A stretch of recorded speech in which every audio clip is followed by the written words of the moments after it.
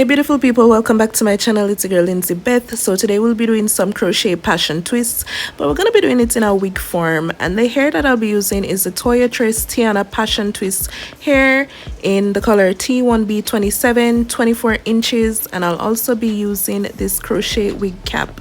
So let's go. So this wig cap, I got it online. It's very, elastic, very adjustable to any head size or shape. It comes with clear straps at the front. It also comes with 4 clips, 2 in the front, 1 towards the back of the U, and it also has another clip in the back. So the hair, I got 8 packs in the color 1B27, all pre-done. Absolutely love it. So let's go. Here's my wig cap in at the back. The package also came with this crochet needle, and it also came with different color hair accessories and some rubber bands in case you want to do the rubber band method, but we're gonna forego that and just, as I said earlier, do a wig. So I already have my wig cap on my mannequin head. Cynthia, if you've been watching me for a while, you don't know, this is my girl Cynthia. She been through a lot, so don't judge me. All right, so the hair, this is how it looks out of the package, which is T1B27 with a little blonde falico razzle upon the end. As you can see, the hair is already pre-twisted, so you literally just have to take it out of the package and put it in your head and go. One thing I really do love about this hair is the loops, the looping. It's very easy to work with, easy in and out. I've worked with some crochet hair where the loop was very small and tight, making it, made the hairstyle take a little longer than I needed to complete. So this very adjustable. So as you can see, I already completed like half of the wig. The only thing I would advise is that you do wider spaces at the back, and as you get towards the front, you just close them in and come in a bit closer.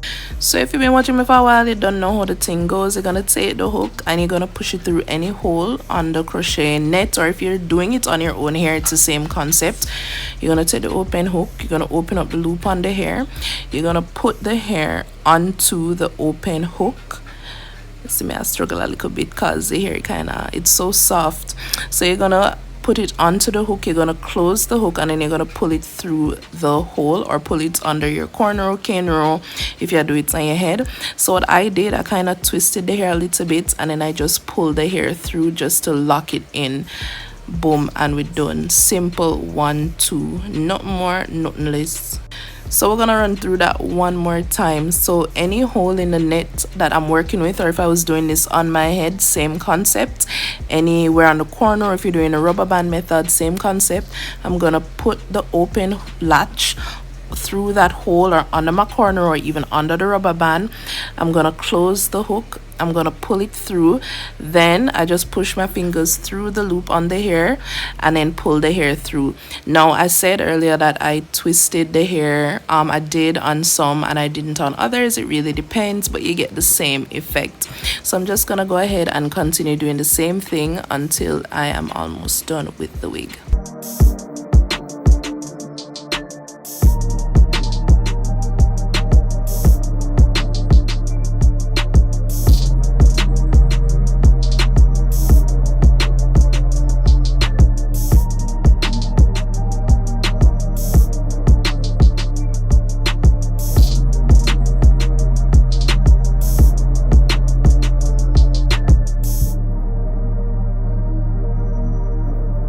Now, as I was saying, I did this kind of haphazardly because it's a really simple, easy wig, grab and go. This wig took me 1 hour to do, but as I was saying, towards the back, just like even when you're doing a weave, I like to do wider spaces in the back, and as I get closer to the front, I kind of make the rows or the spaces closer together because the front is where people gonna see, right?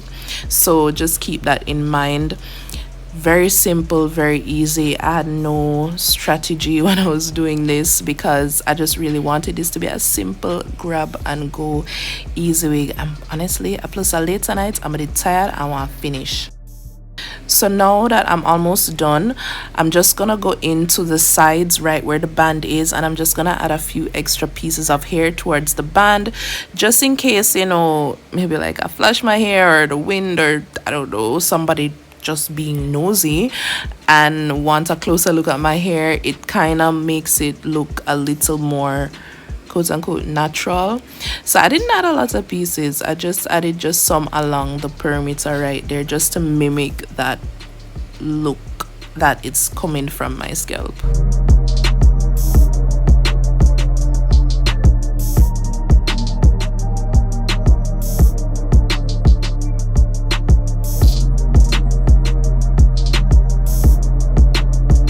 And this part was kind of my fault. I was so concentrated on one side of the wig, I almost forgot to do the other side. So as you can see, I have like a bald spot right there on the side, but don't worry, we went in and we filled it up.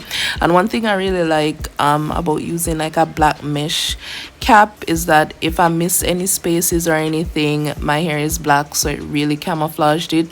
And one thing I really like with this wig cap, it's mesh, it's very breathable, so wearing it I can oil my scalp, I can take it off at night, I can do almost anything with it. So it's really good if I'm going to the gym and I sweat, I don't really have to worry about it. But yes, I just continued filling in that space right there and did the same thing as I did on the other side, just putting some hair along the sides.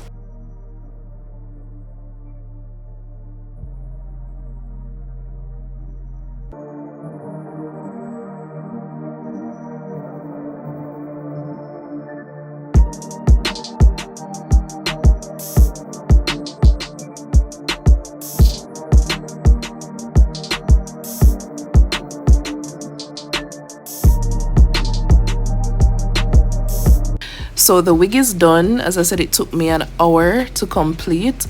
So I'm gonna wash my hair and then I will come back and we continue.